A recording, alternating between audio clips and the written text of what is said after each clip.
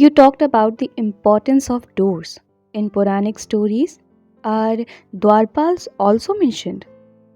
Jai and Vijay are famous Dwarpals of Vaikunt. In the Tirupati temple, there are big idols of Jai and Vijay looking exactly like Vishnu, but with teeth. Hello and welcome to my channel. I'm reading book Devlok Devdutt Patnayak. And yesterday I was started reading part 27. So let's continue. Dwarpals are supposed to be threatening, just as if you go to meet a king or in today's times an important personality, they will have a security guard or secretary whom you have to cajole and convince. If they are in a bad mood, they won't let you in. In Shakta temples, the Dwarpals are Langur Devta and Bhairav Devta. Bhairav Devta looks like a child but has a human head in his hand and is threatening.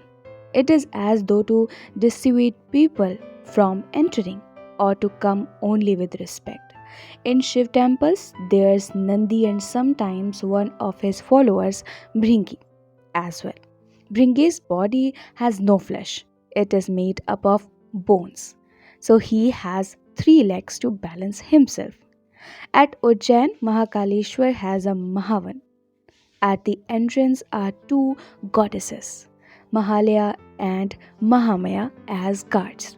In temples, Dwapals are also offered food. Aarti is done for them.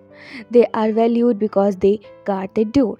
When forts were built, there would also be a gatehouse where the gatekeeper would stay, as his was an important position. Earlier, an image of Hanuman was kept at doorways, but nowadays, the image of Ganesh is kept. There is a famous story where Parvati asks Ganesh to guard her door while she bathes.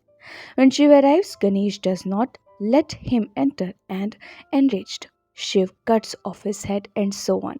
Later, he was made the god of the doorway.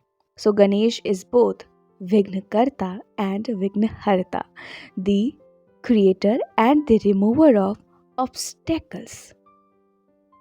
In South India, particularly in villages, they also hang a pumpkin at the door. What's this significance? In many places, they also add eyes, mustache, and a tongue.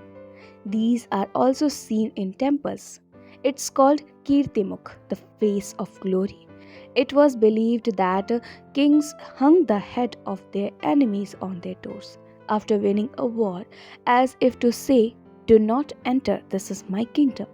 Slowly, as people must have found it distasteful, they started putting up pumpkins basically to keep the negative energies out.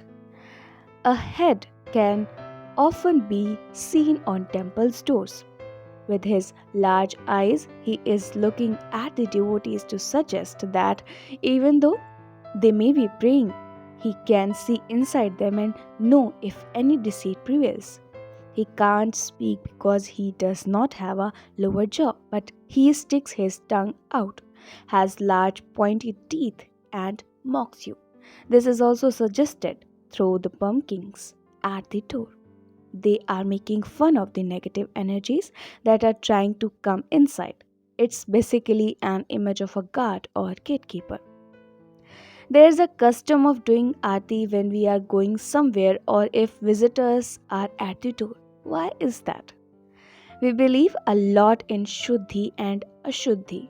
When you are coming in from outside, you are bringing Ashuddhi or negative energy. Even now, we leave our footwear at the door and wash our hands, feet, and mouth. Basically, you purify yourself before entering. Outside temples as well, there is a water tap for devotees to wash their feet.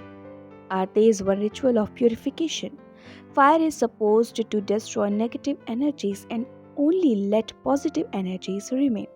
When you are leaving the house too, Aarti is done to send positive energy with you. So a merchant may be going to the bazaar to trade. Soldiers may be going to a battle or to hunt.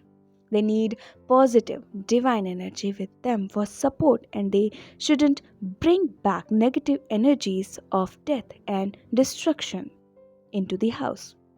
There is a story about Bhanumati, Duryodhan's wife, who tries to stop him and Karn from going to battle with the Pandavas at Kurukshetra. But Duryodhan and Karn convince her that that's the only way they can assert their superiority and gain their rights. So she does a puja and does their aarti and wishes them success in the battlefield. What else can a wife do? She is unable to stop them. So she gives them positive energy and her good wishes through the aarti ritual.